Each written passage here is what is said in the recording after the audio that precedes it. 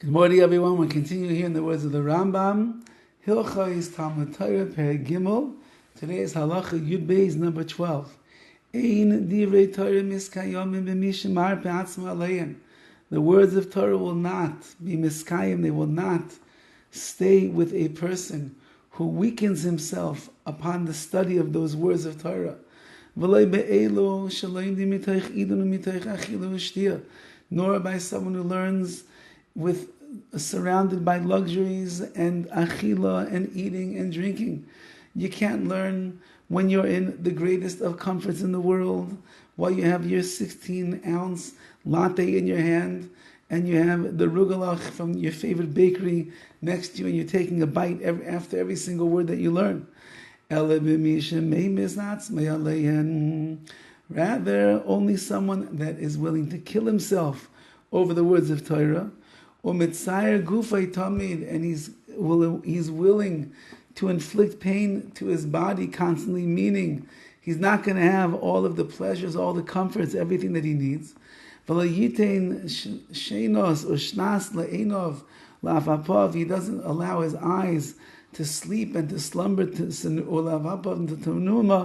or to his eyelids will rest. The man is staying awake as much as he possibly can. Our sages have said in the way of a hint. It says in the Torah that this is the Torah of a person when he dies in the tent. The Torah can only exist by someone who's willing to kill himself, quote unquote, by being in the tents of Chachma, of wisdom.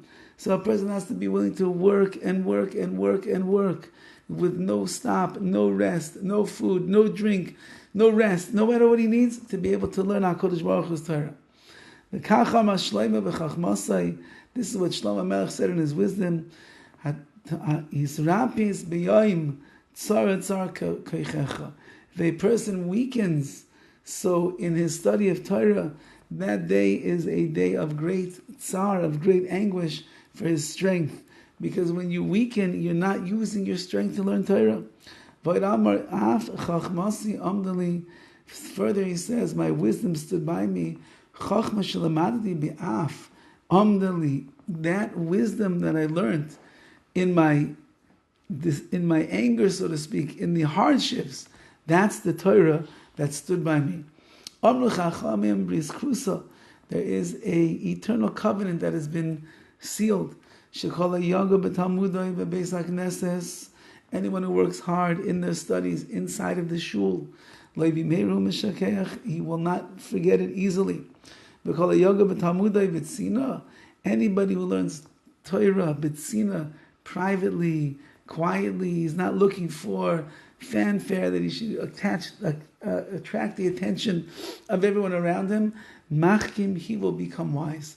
Shenema, like it says, the es tzenuim chachma, to those that are tzenum, to those that are modest, they are the ones that receive the wisdom. And